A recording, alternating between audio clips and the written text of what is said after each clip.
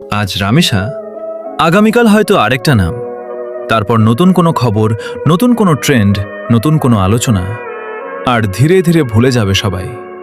বাংলাদেশের মাটিতে দ্বিতীয় শ্রেণীর ছোট্ট মেয়ে রামেশা, যার হাতে থাকার কথা ছিল বই, খাতা আর রঙিন স্বপ্ন, সেই শিশুকে নরপশুরা কেড়ে নিল নির্মমভাবে।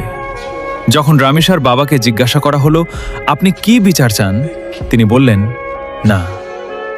এই না কোনো ক্ষমা নয়, এটা এক অসহায় বাবার ভেঙে যাওয়া বিশ্বাস।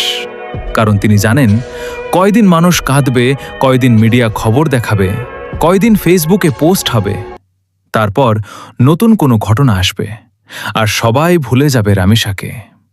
আমরা এমন এক সমাজে বাস করি যেখানে শিশুদের নিরাপত্তা আজ প্রশ্নবিদ্ধ, যেখানে অপরাধীরা জানে সময়ের সাথে সাথে সবকিছু চাপা পড়ে যায়।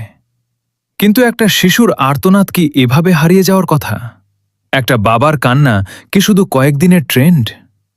আজ রামেশার জন্য কথা বলুন, কারণ নীরবতা অপরাধীদের সাহস বাড়ায়। আজ যদি আমরা চুপ থাকি, তাহলে কাল আবার কোনো নিষ্পাপ শিশুর নাম ট্রেন্ড হবে। বাংলাদেশের প্রতিটি শিশুর নিরাপত্তা নিশ্চিত হোক, ধর্ষক ও হত্যাকারীদের দ্রুত ও সর্বোচ্চ শাস্তি হোক।